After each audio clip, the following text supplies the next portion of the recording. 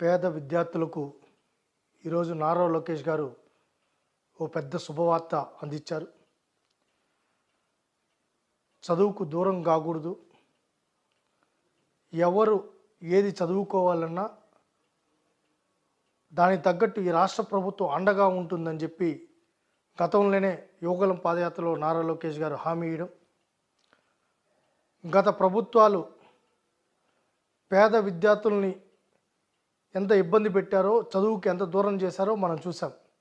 కానీ నారా లోకేష్ గారు విద్యా వ్యవస్థలో సమూలమైన మార్పులు తీసుకొని వస్తూ, మార్పులే కాదు వాళ్ళకు ఒక అన్నలాగా అండగా ఉంటున్నారు విద్యార్థి లోకానికి.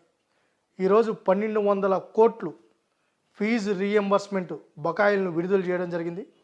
నిజంగానే పెద్ద శుభవార్త.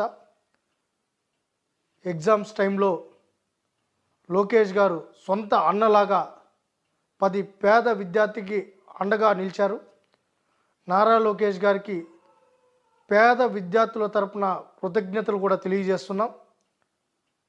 విద్యా వ్యవస్థలో సమూలమైన మార్పులు తీసుకొని రావడంతో పాటు, సంస్కరణలు తీసుకొని రావడంతో పాటు విద్యా వ్యవస్థను చాలా బలోపేతం చేస్తున్నారు.